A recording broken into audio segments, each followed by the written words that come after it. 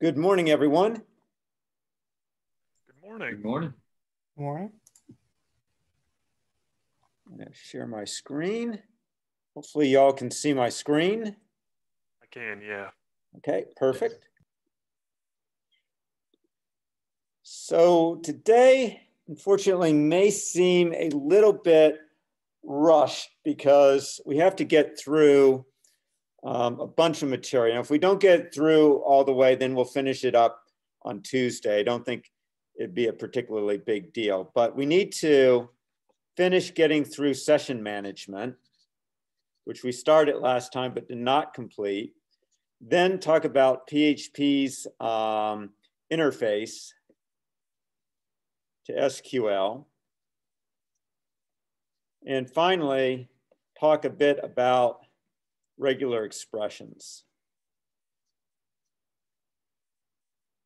So without further ado, we'll pick up where we left off with session management last time, just to give you a quick motivation for session management. I did last time, but let me do it again. What I'm going to do is fire up version of the website. So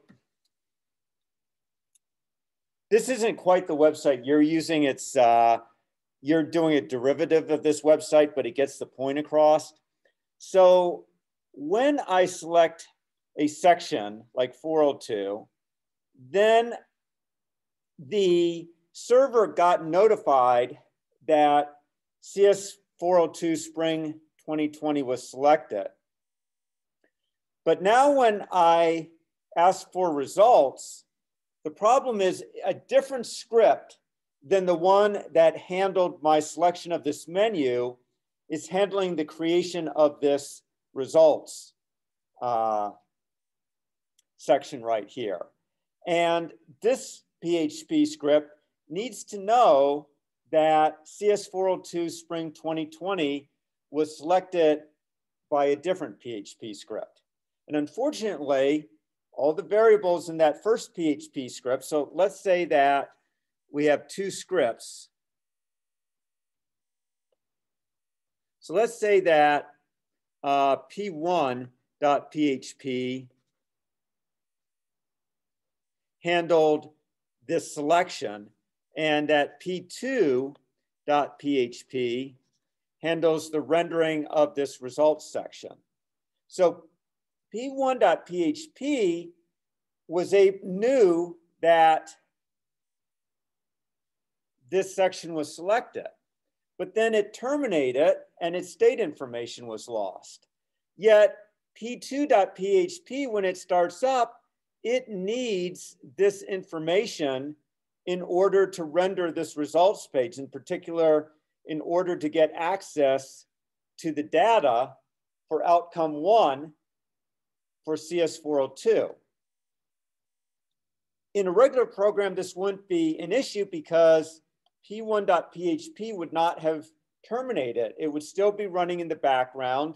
And when we asked to display the results, we would simply call, say, the results subroutine in p1.php, and we would have access to this section information. But that's not the way it works with web programming. With web programming, the scripts terminate. So p1.php is terminated, p2.php is a totally different script, yet it needs this information. And that is why we need session management.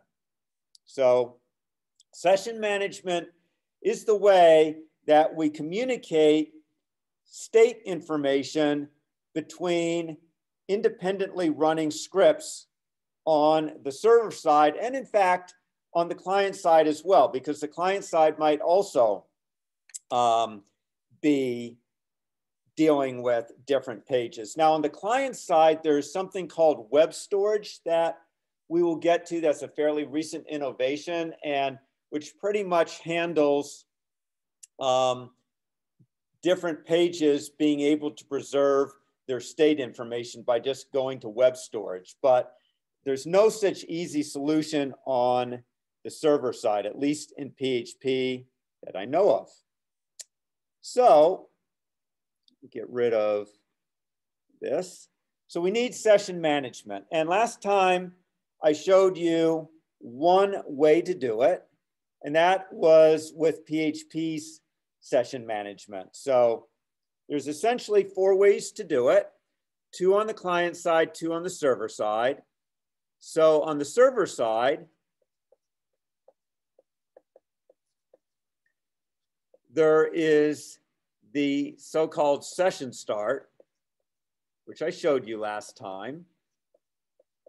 And that creates a $_ session array that you can then use in subsequent scripts to access anything that you saved into this $_ session dictionary. So it is a associative array or dictionary.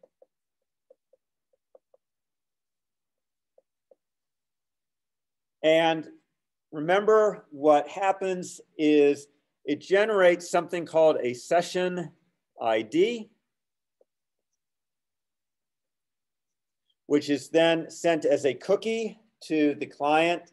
The client thereafter sends this session ID back, and the server can look up the dictionary associated with that session ID, and that's essentially how things work. The server is keeping its own dictionary of session IDs as the keys, and the values are those $_ session dictionaries.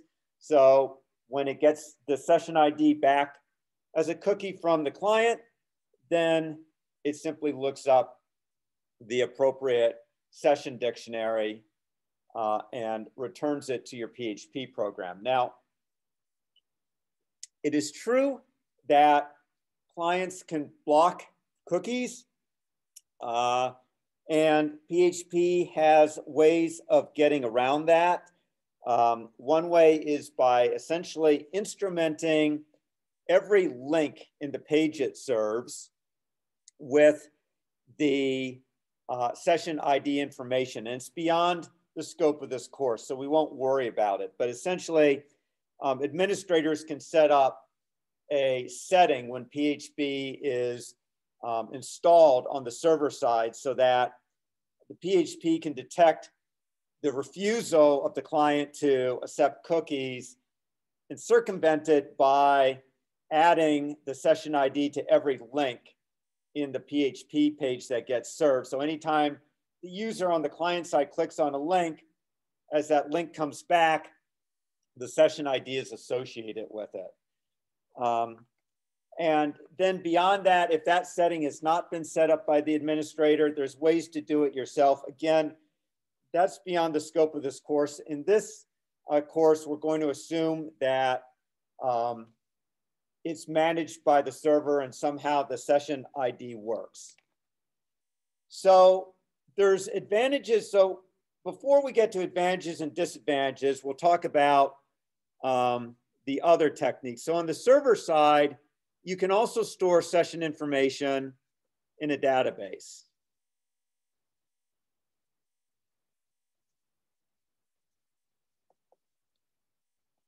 And I guess that does require me to tell you what is a disadvantage of PHP session management. The drawback is it only works with one server.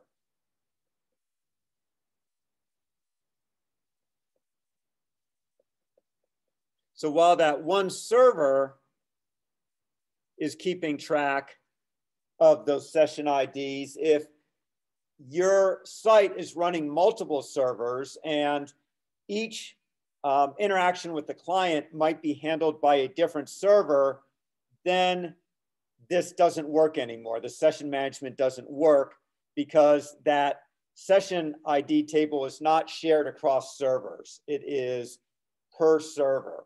So if you have multiple servers, the solution is essentially store the session information in a database using the session ID. So then you're responsible for doing the reads and writes. So this places the responsibility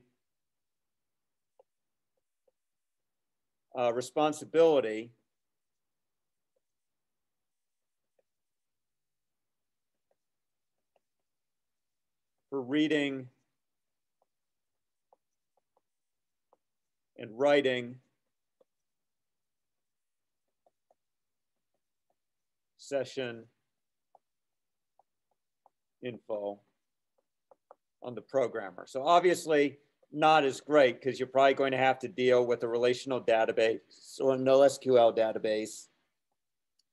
This is where a NoSQL database is actually easier because you could basically encode a session dictionary as a JSON,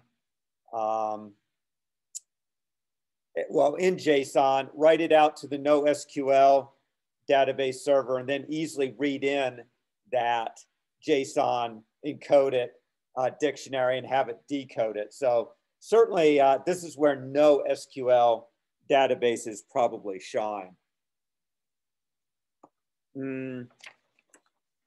And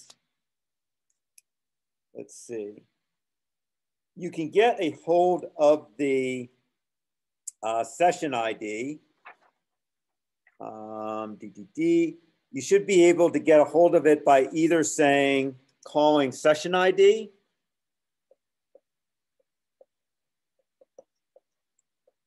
This is probably the most reliable way to get a hold of it. Some PHP things will also have it hard-coded in a constant with uppercase letters, SID, but calling session ID will for sure get you that session ID. Then, so those are the two on the server side. Then on the client side, there's also essentially two ways to do it. One is to use cookies. And someone asked me at the end of lecture on Tuesday how they got their names. So I looked it up.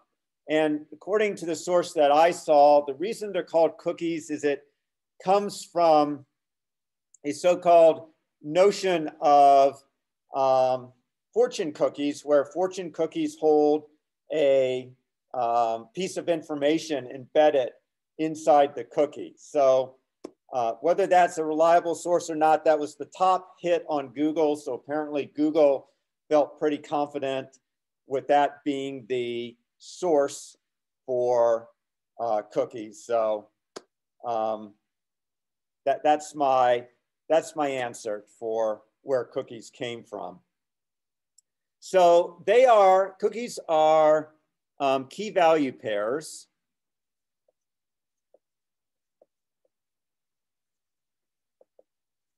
Stored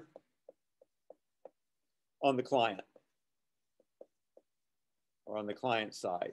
So they're stored with the client, and they typically come with 3 pieces of information.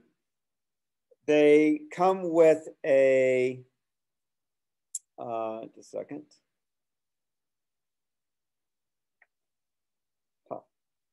Well,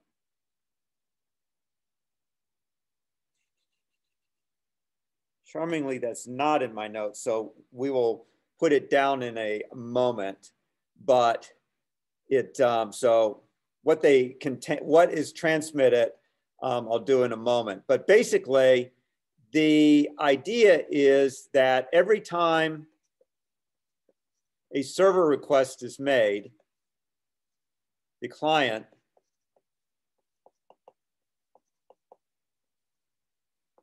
makes a server request.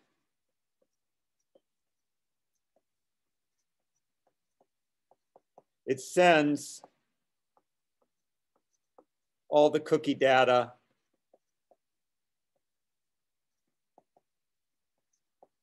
to the server. And it's only the cookies associated with that server that gets sent. So it doesn't package up cookies from other servers. So easiest way to show this is through an example.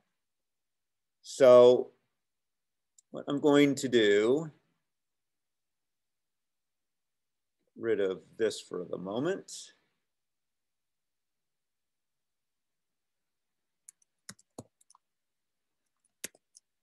Actually show you.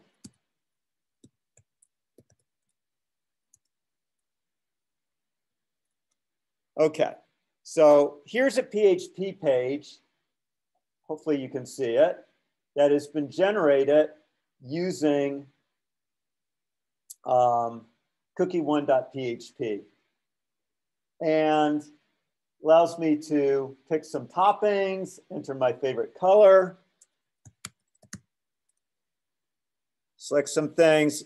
You can see current cookies right here is an array, and essentially there's no current cookie. Okay, there's this thing, I'm not sure what it stands for. The current session ID is been echoed out right here. Now I send the form, and you can see that the PHP session ID has been added as a cookie. And if I redo the cookie1.php script, which I will now do,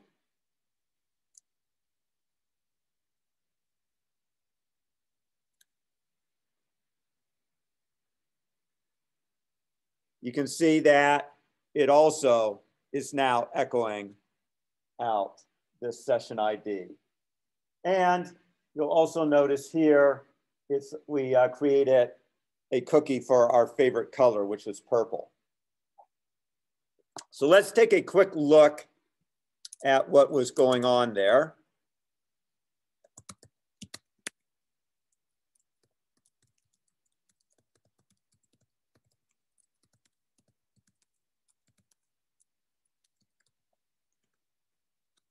So you can see I started with session start.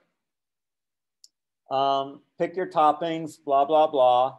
Current cookies, I printed out $_cookie. So that's where the cookies are returned when the client sends the cookie information to the server.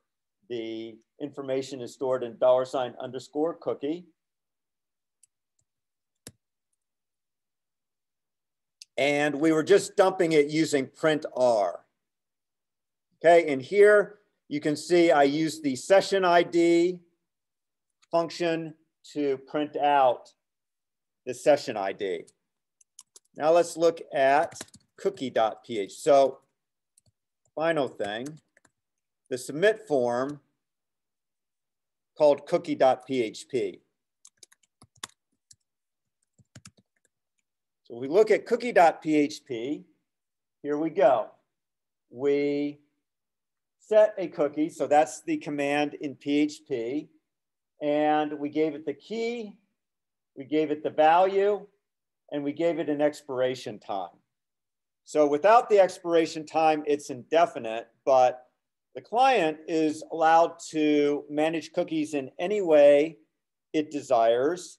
Plus the user can wipe out cookies at any time that they desire. So all this does is say that if nothing is done by the browser, then in, let's see, this is, I believe, in seconds. So it should be 60 seconds per minute, 60 minutes. This should be in 1 hour from now, the browser would wipe the cookie out.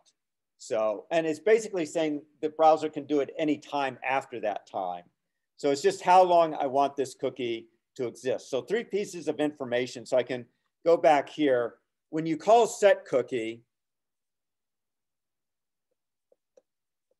the command is set cookie, and it is the key, the value, and an expiration time.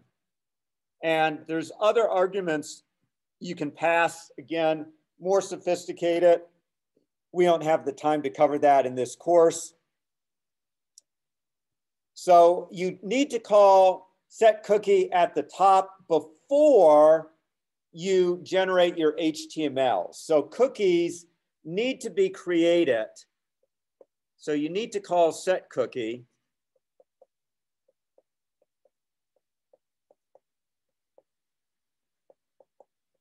before generating any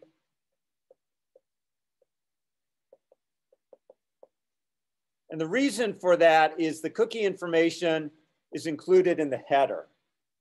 So you have to call those set cookies ahead of time so PHP can set up the header properly. And then the HTML always goes after the header. So before you generate any HTML, you need to call whatever cookies you want to create.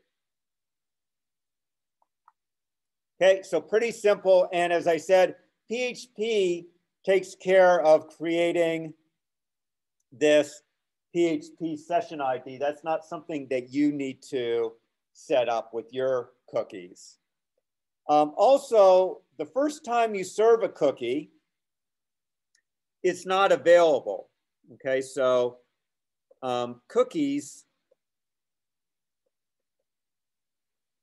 are not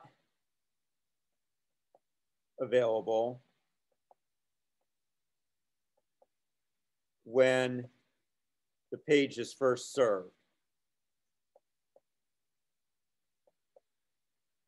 And that's because you're setting the cookie. So here, I'm setting the cookie to be favorite color.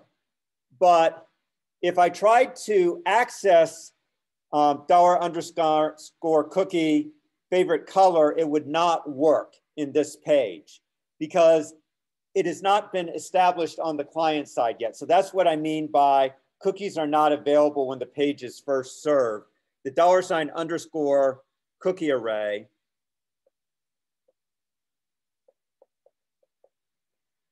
will not have it.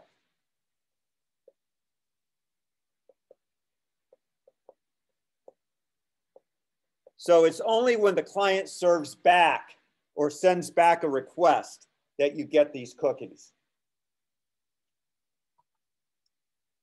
Okay, so that's the basic mechanism. And I guess this is a good time to talk about advantages and disadvantages for cookies. So the advantages for cookies are as follows. First of all, they persist across sessions.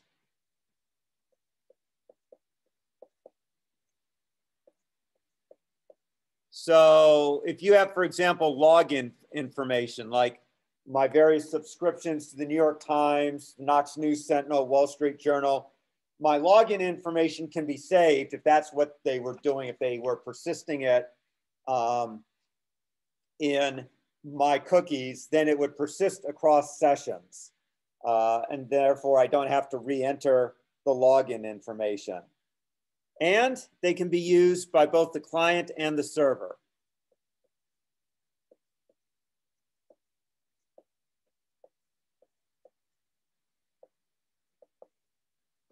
So the client has, JavaScript provides ways to access cookies. And they work with multiple servers, since they are simply always bundled up and sent back with each URL. So perhaps just to make that clear, every time the server makes a service, it sends all the cookies back to the server via the URL. So it's packaged up with the URL. Okay, so those are the advantages of cookies. The disadvantages is that many users disable them.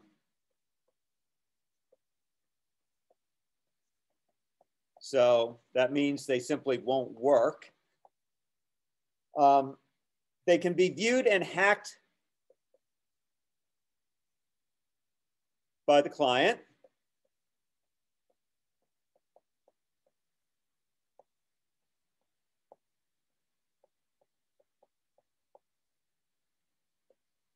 So for example, you wouldn't want to, if you sent over a price for an item as say $100,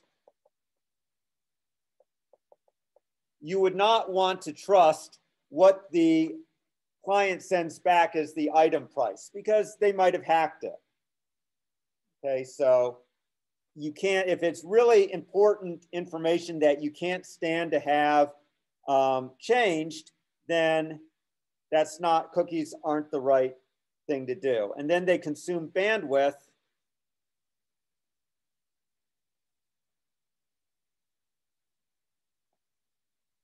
because they're always included with the URL.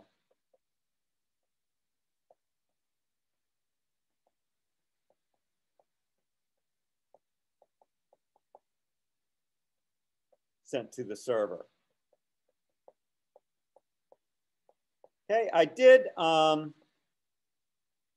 there's another advantage here, which is it uses client storage. So the server isn't on the hook for the storage that gets used since it uses client storage. Okay, so questions about cookies before I move on?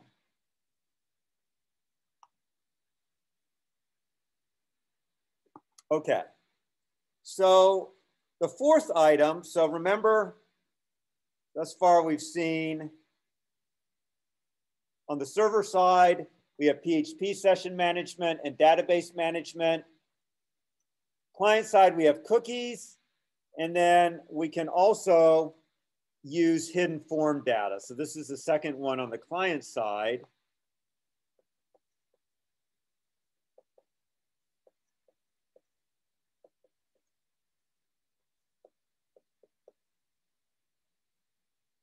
Okay, so for example, I might, the way hidden form data looks, you saw it's a tag input, type equals hidden,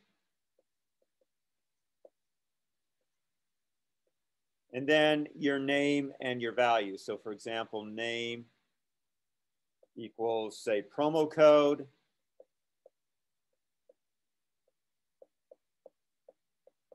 Value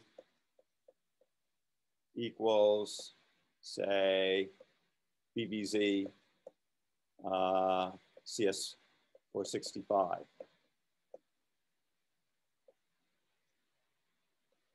And this hidden form element will be sent back as the key value pair promo code BVZ cs465 as part of a form submission.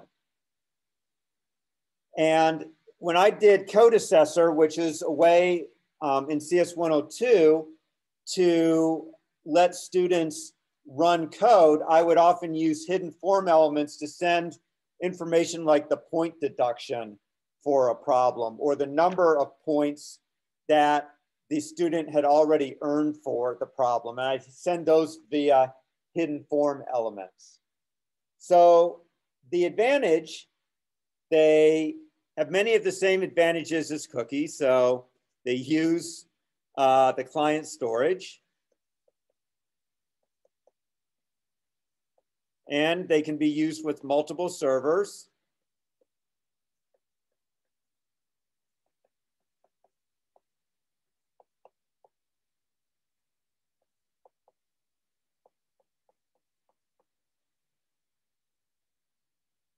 Actually, it has all the advantages of cookies. So I should just, rather than doing it, I'll just say all cookie advantages.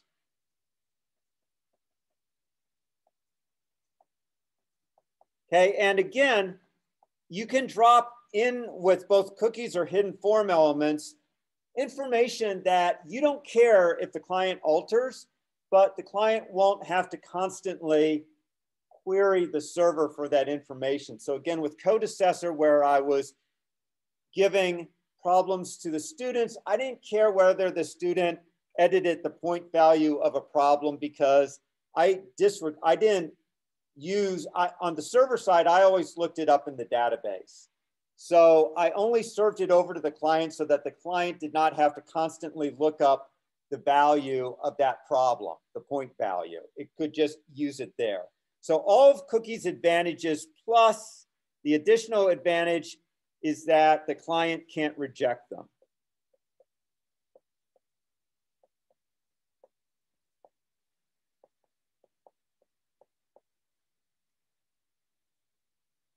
Okay, so those are the advantages. Basically, advantages.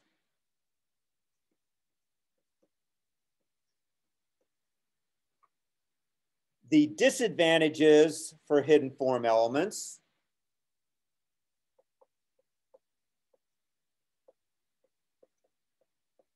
Okay, they're even easier to hack. Okay, even easier to hack than cookies, because cookies often have some kind of binary encoding, and you may have to have a little bit of knowledge to hack cookies. But basically, with a form element, all you need to know is the name, and if you know how to use JavaScript to manipulate forms, which we will teach you next week, then it's pretty easy to alter hidden form elements. And then plus all disadvantages of cookies.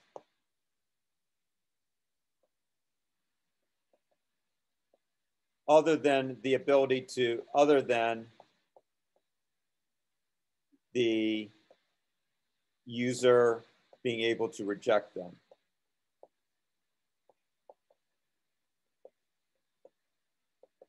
So the user, as I said, cannot reject them. Okay, so those advantages and disadvantages of hidden form elements. Can I add something? Yes. I think one disadvantage that it doesn't have is the bandwidth thing, because they're not sent on every request. The server can control which pages have it. Yes, good point. So the comment was actually they don't have the same bandwidth disadvantage because they're not sent with every URL request. They're only sent with the form that they're packaged with. That's an excellent point. So they're associated with a particular form. So while they are still available to any, the client can still access it as long as they know the name of the form.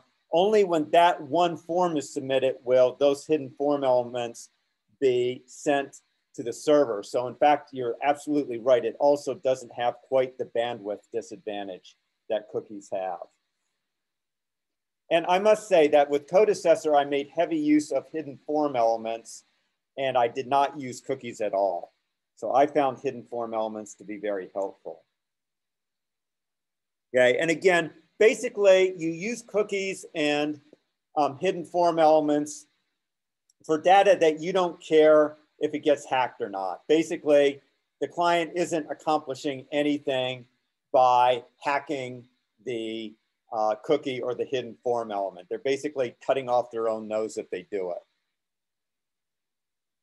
Okay, so then let's just move back to session management on the server side and talk about advantages and disadvantages.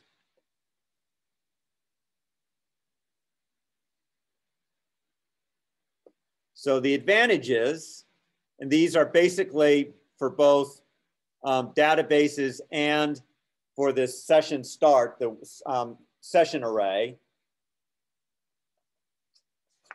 is the data is more secure.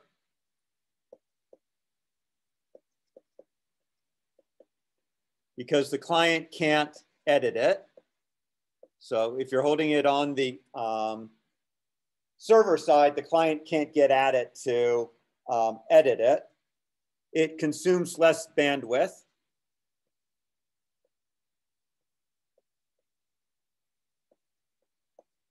Because it's already there on the server. It's not being served back from the client. The size of the data is determined by the server. So the size of the data is not constrained.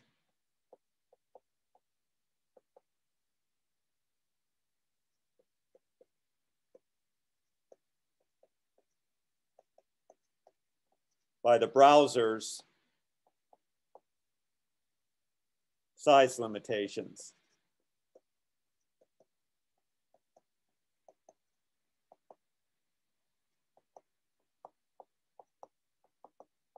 Okay, and now for, and this is only true for PHP session management, is it's quite simple to use.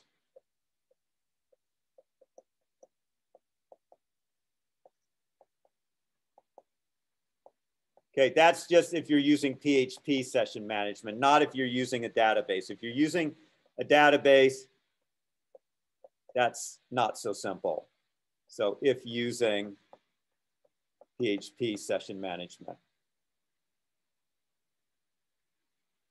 Okay, so then the disadvantages.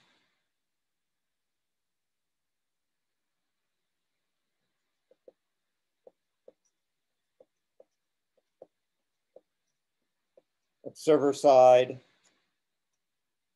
Data is not available to the client.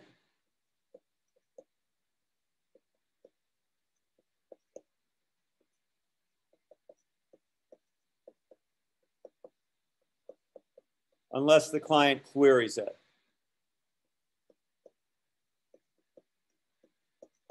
Which of course can take up bandwidth and time. That should not be an apostrophe right there.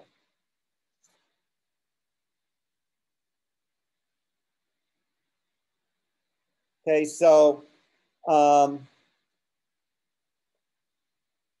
sometimes this isn't a problem. So with Code Assessor, I often kept the same information on the server and the client side just because the computation on the client side was so simple. If I knew what the point deduction for an attempt on a problem was on the client side, I just deducted that number of points from the attempt on the client side. So I wasn't really worried about going back to the server for it.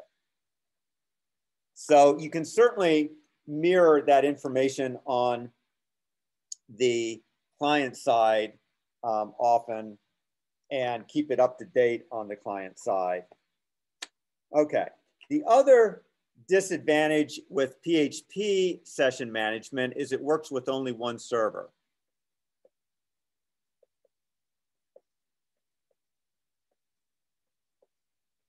And again, this is PHP session management.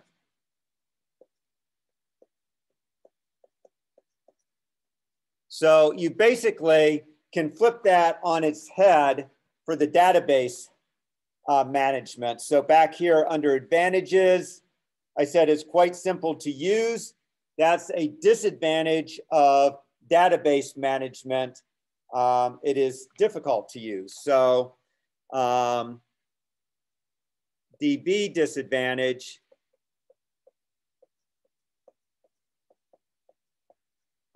Okay, difficult to use. DB advantage.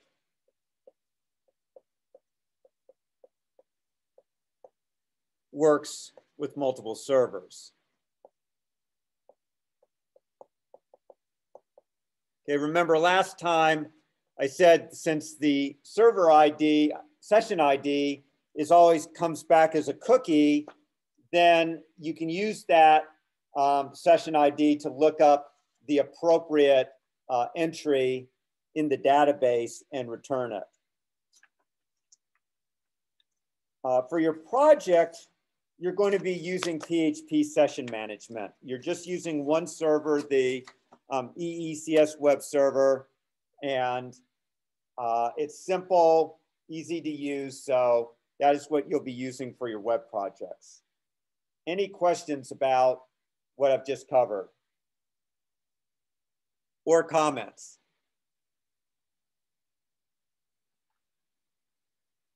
Okay. In that case, what I want to do is move on to PHP interface with MySQL. And I have, I think, a nice summary of it here under April 8th, PHP interface to MySQL, supplementary reading my PHP SQL notes. So the PHP has two packages, the MySQLi extension. Old versions, it was called MySQL without the I. The I stands for an improved and was added a number of years ago.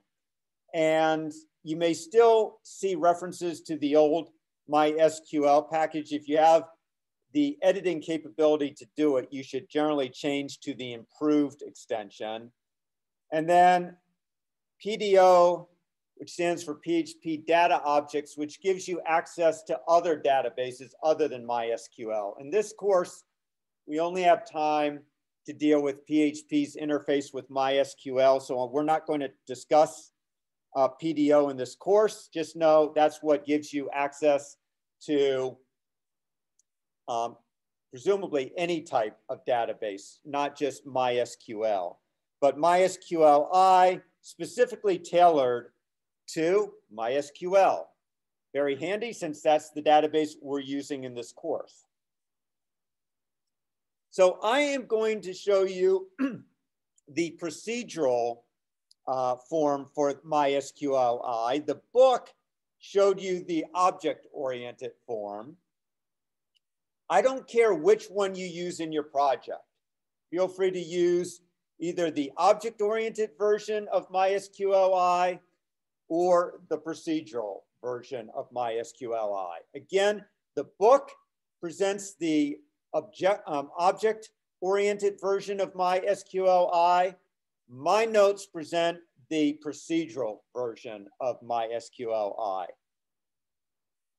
So the first thing you need to do when you want to use a MySQL database is you need to connect to it. And that is the command. You give the server name, which in this course is, I believe, DBS2. I know my example here is DBS, but I think we now use dbs2.eecs.utk.edu. Then your username, your password, yep, you have to put that in the code. I know it's unpleasant. I see no way around it. So when you're testing this on the departmental computers, just know that your password is visible. So do your best perhaps to disguise where you are doing your testing because you do have to include the password. So frameworks have ways of hiding this password information in configuration files that are not easily read by a hacker. So if you did this in a real production environment, there would be ways to hide this password information. Plus, of course, you would be already behind a firewall that people from outside your organization should not be able to penetrate. But the problem here at UT is we all are part of the EECS department, so we all can look at the world readable sections of web home. So that's why it's an issue, unfortunately, here, and I can't solve it for you. Okay, and then the database name, which is going to be cs465 underscore your net ID. So this returns a link that if it succeeds and faults, the Boolean faults if it fails, hence a nice feature of dynamic typing here is that the return value is either a Boolean or a link, depending on whether it succeeded or failed. And you can use this link in future commands that you issue on the database. Now, in practice, you don't need this link if you're only dealing with one SQL database because the PHP will assume that any request you make is using the last access you made to a MySQL database. So it will use whatever the previously used link was. So if you're only using one database, as we are in this class, you don't have to use the links in your, pass them as an argument. And I won't require you to pass them as an argument. And my statements don't show them as arguments. But if you're using multiple SQL databases, you would have to include the link as part of the, you'd have to pass it as an argument. So normally, I typically assign the link to a variable called $CONN for $connection. So to close the connection, MySQL I_close will close the connection. So if you want to execute queries, the way you do it is with the command MySQL I_query. Again, this is not necessary unless you have multiple links. And then the query, which is what you would enter at the command line of the SQL interpreter. And you can use any of the commands that you would use with the SQL interpreter. So select, insert, update, delete, create table, alter table, any of those work. And then the resource that you get back, this resource can be passed to a variety of other MySQL functions to extract information. And if the query fails, like there's a syntax error in it, then it will return false. So I'm going to skip prepared statements for a moment, actually talk about how you get that information back once you have that resource returned by MySQL query. So if it's a select statement, you often want to be able to fetch the results. Remember, the results are often a table. So you want to typically fetch that table into an array where each entry represents one row. And you give it the resource that was returned by the query. So back here, the query returned this resource. You pass this resource in as an argument, and it returns the next unread row from the result. So it basically reads one row at a time from the result. And the row that is read is actually read as an array, and each column is one entry in that array. You can access the array either as an index array, where the numeric indices refer to the order in which the columns are returned, or as an associative array where you can use the column name as the key. So for example, here I have a query where I select star from person, then while $row equals fetch away result, I echo out row first name, row last name. So presumably this is a table that has a first name and a last name as two columns. Here I did it assuming that first name and last name were the first two columns in the result. Naturally, you should typically use the column names because the indices are much more brittle. If you change the table to include additional columns, that could mess up your numeric indices, whereas it won't mess up. Generally, you don't change column names, so it's unlikely that adding or deleting some columns is going to mess up your column names. Okay, then if you want to know the number of rows returned by a select query, that command is MySQL numRows. And if you want to know the number of rows affected by an alteration, meaning insert, update, or delete, then you call MySQL affected rows. Okay, remember this for the quiz today. You're not allowed to use this for the project assignment. So while this is very, shall we say, programmer efficient, remember we said that scripting languages prize programmer efficiency. This is very low overhead in terms of your time to create a query and extract it. these kinds of queries are susceptible to SQL injection attacks, which we talked about on Tuesday. They're also just susceptible to common input issues. Like I told you last time, you have a text box, you want to echo out whatever the user enters in that text box, but if the user puts in some double quotes, it will prematurely end your query and cause problems. So to get around that, you have to start adding slashes to your strings that you get from the user, or you have to use HTML entities, and very quickly, you are running up the overhead. So to address these issues, SQL or PHP introduced, well, SQL did, introduce prepared SQL statements, and PHP supports them. Again, I'm giving you the procedural way to do it.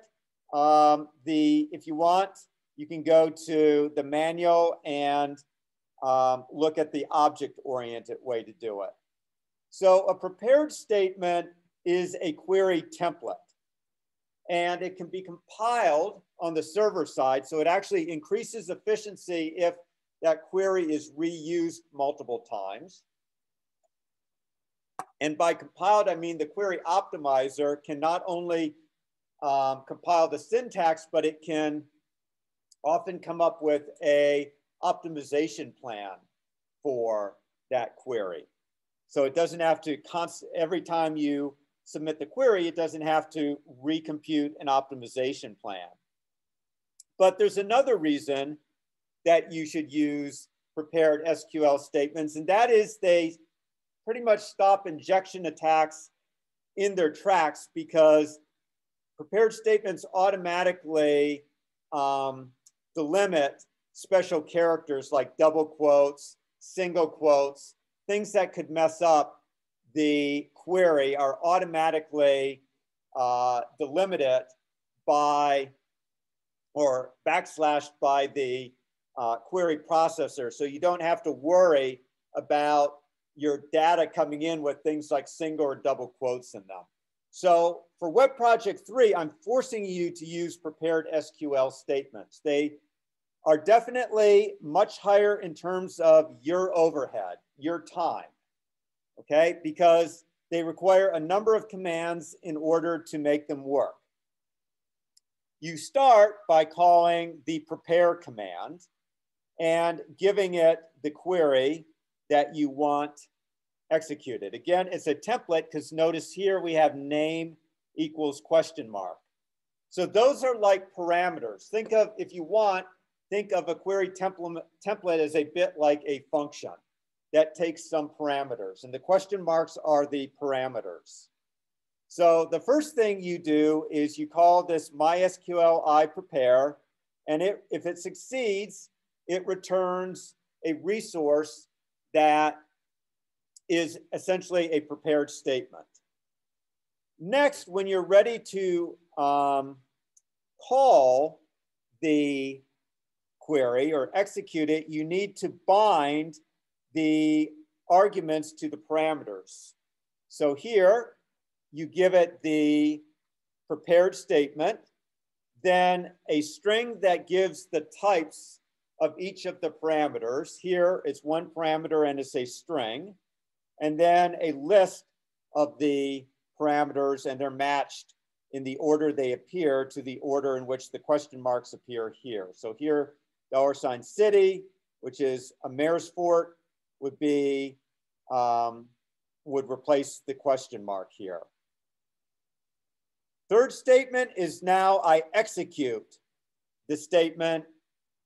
And remember, I have bound the template parameters already with this bind param call.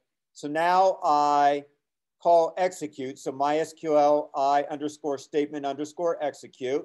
That executes it.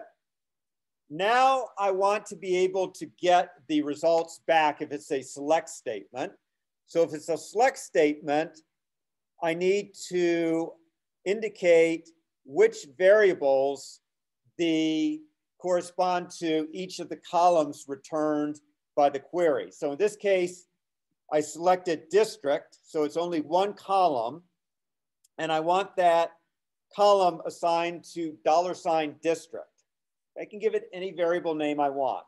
If there were two columns, if I said select district, say comma state, then I would have to have, or I would need a second variable after district to hold the column for, or the value for state.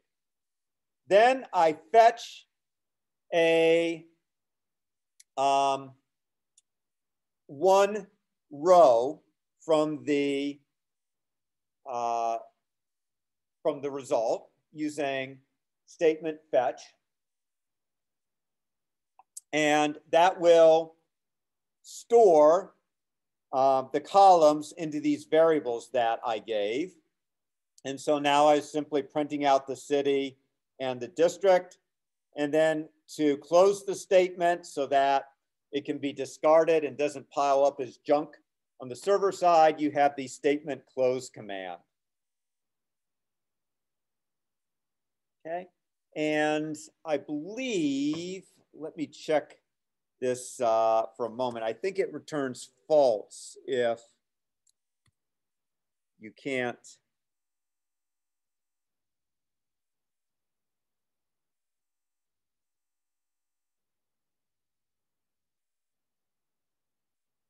Return variables, null. So if there's no more rows or data, it returns null, and that distinguishes it from where an error occurred. So if it returns false, it means an error occurred. If it returns null, it means there's no more rows to obtain.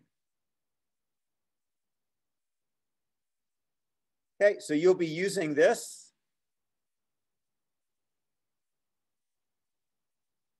in your Web Project 3. Again, I don't care whether you use the object-oriented version or the procedural version. A few things to note: the question marks are the parameters to the query, and the bind parameter statement binds the $signs to variables. Your valid types for parameters are essentially string, integer, and double, so not a lot of flexibility there, or blob, which we will not worry about in this course. And then again, there's three advantages: parses and optimizes that query once rather than multiple times, helps prevent SQL injection attacks or just simply any other kind of accidental accidents that happen because the data has quotes in them. And the third advantage is it minimizes network traffic because the template is already on the database server, and all that gets transmitted is the parameters rather than the entire text of the query. Small advantage, but if you have a heavily trafficked website, it adds up. Okay, any questions about prepared statements? Now, something that is super important, and I'm going to show you, is how, so Web Project 3, let's just take a quick look at Web Project 3. Please observe the following constraints on your PHP scripts. Use prepared SQL statements. So make sure you use prepared SQL statements. The other thing, I believe I make you, your scripts should print any output in JSON format. So let me demonstrate this because this is really important. It messed a lot of students up last semester. You need to load your output into a single array and echo out this array at the end of the script using JSON encode. What you do not want to do is use multiple JSON encode commands.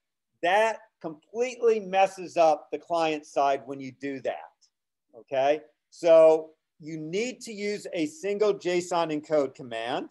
So here's an example. This is a toned down version of the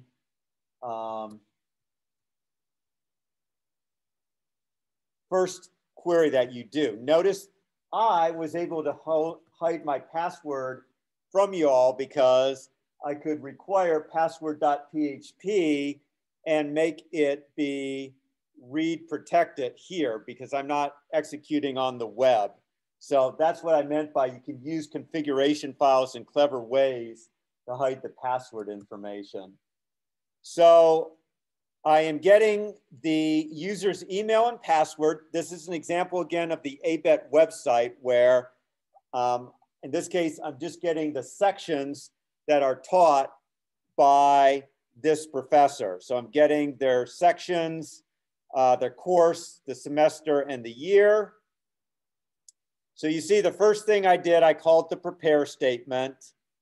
Then I bound the parameters. So there were two parameters, the email and the password. They're both strings. Executed the statement, bind the result to a whole bunch of variables. And now here's the key. Notice I create an empty array right here. That's an empty array. And now I'm going to add the rows one at a time to this array as an object. So see here, while I am able to fetch another row, so this works whether there's an error or null is returned, works either way. I create a new object, and it's just a, I create an instance of standard class. So it's basically an unnamed object that I'm not trying to have any, it's just an empty object. It's like I want a struct in C or C++.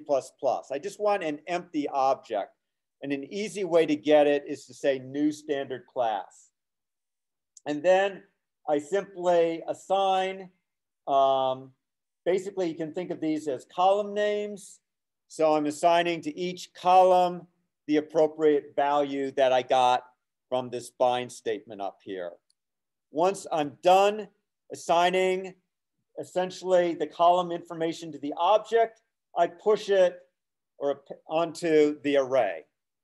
So that while statement packages up everything into an object, pushes the object onto an array, and then at the very end, I encode that array and echo it out with a single statement. Okay, so let's just take a look at what that looks like when I run it.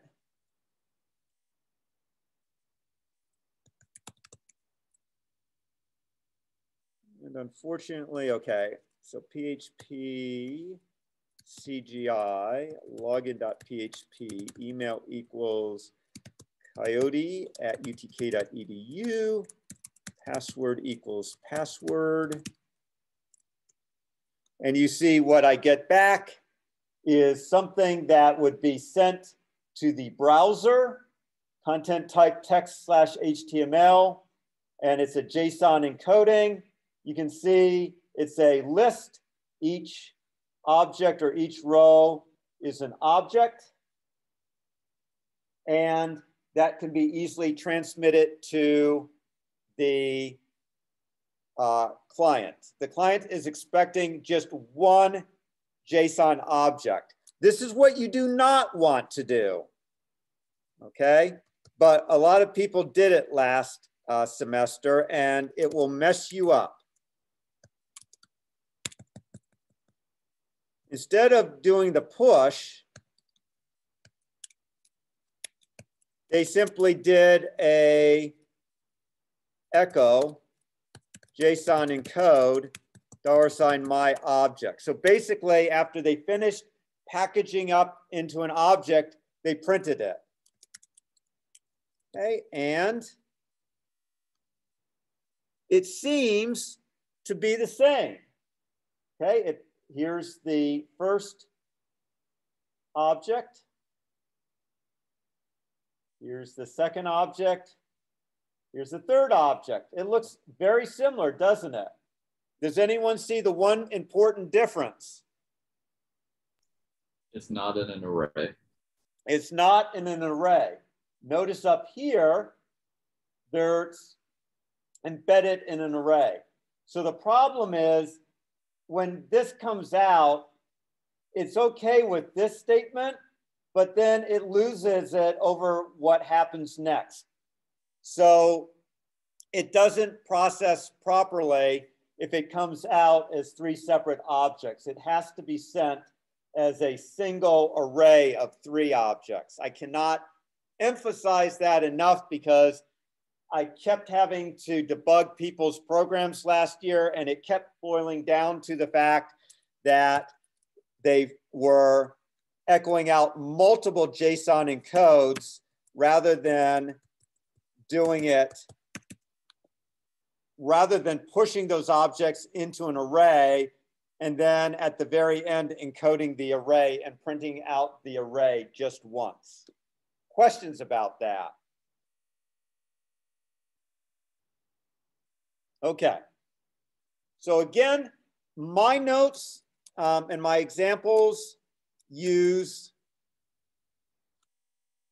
the procedural form of prepared statements, but you are free to use the object-oriented form instead. And the book goes over the object-oriented form, does a very nice job of it. Okay, so let's just get started with regular expressions. We won't finish them today, which means that I will push today. So you are responsible for the 4-6 quiz. So the 4-6 quiz is due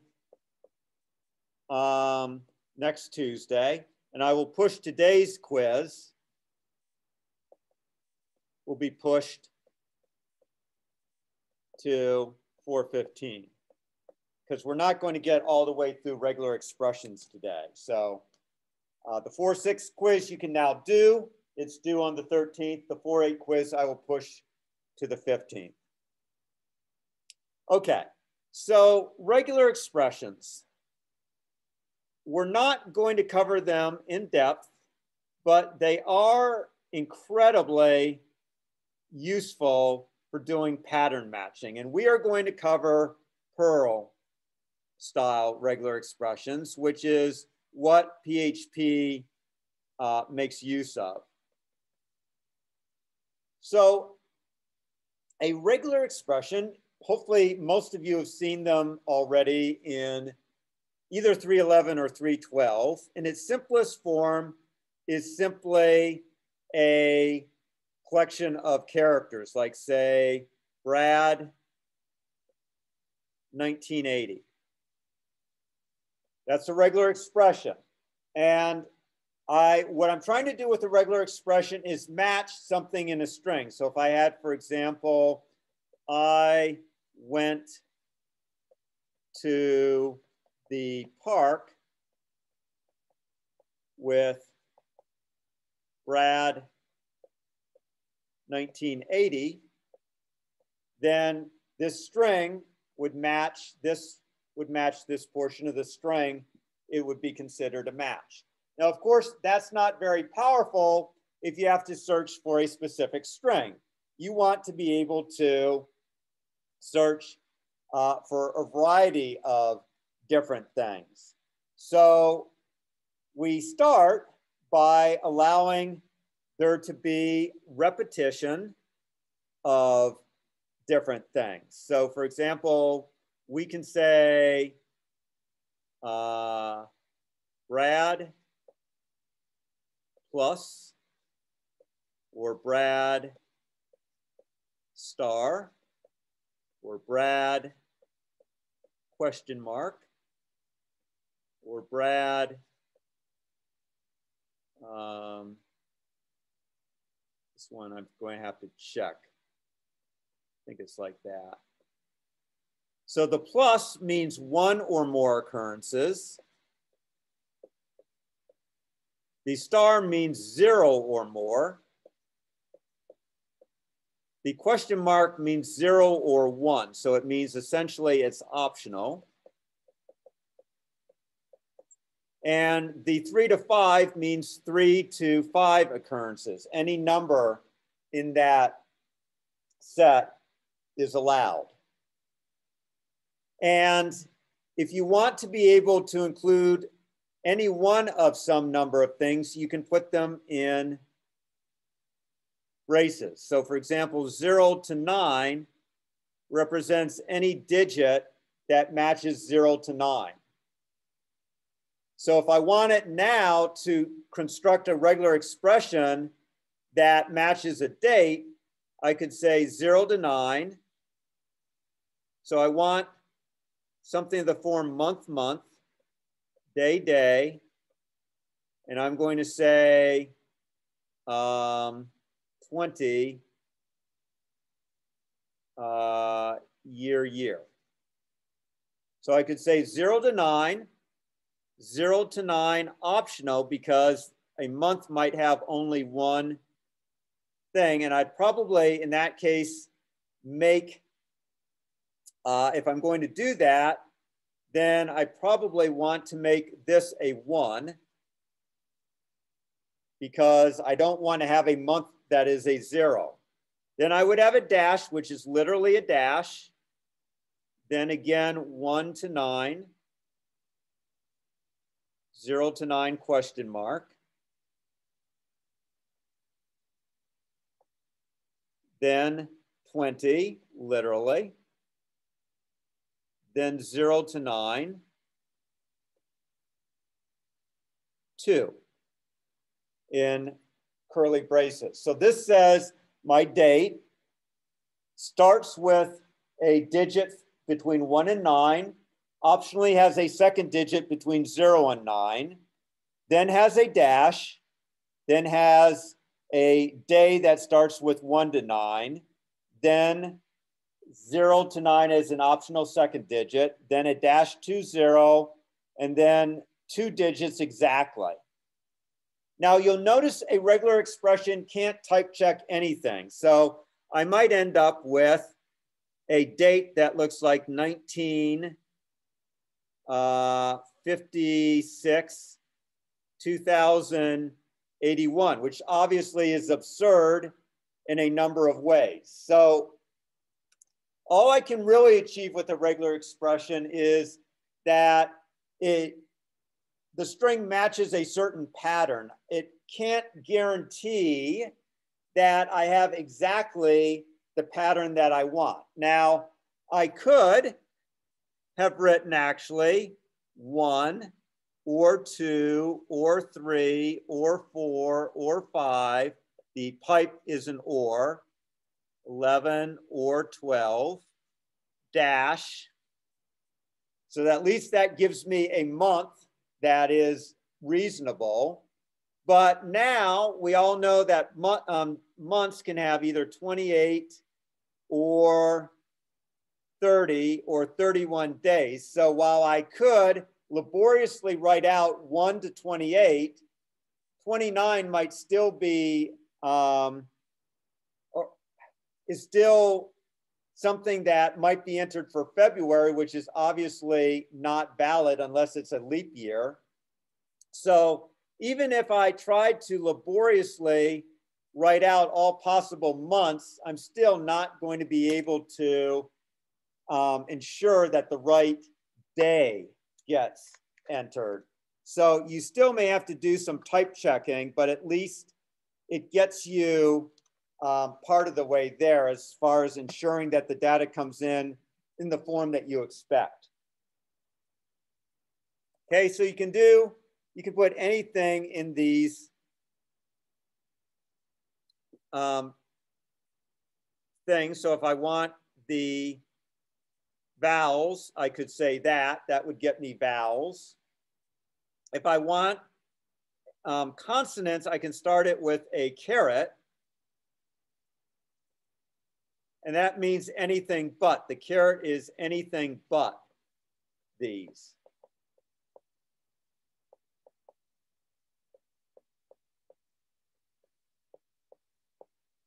So that matches anything. Now, it's not exactly perhaps what you think, because this could also get you numbers or other things. So you have to be a little bit careful about what is actually coming in here with the caret. But it's saying anything but that set of characters will be accepted. Okay, so that's your quick taste of regular expressions and how you can start to put together more complicated patterns with the regular expressions. On Tuesday, we'll finish up this discussion by talking about a few more ways that you can create patterns. And then we'll talk about, I think, 3 or 4 PHP commands that allow you to apply these regular expressions to strings in order to manipulate and edit them. So with that, I will let you all go. Wish you a pleasant weekend. Hopefully you won't get too wet if you're here in East Tennessee with all the rain we're having. If you have questions, feel free to stick around and I'll answer them. Otherwise, you are free to go.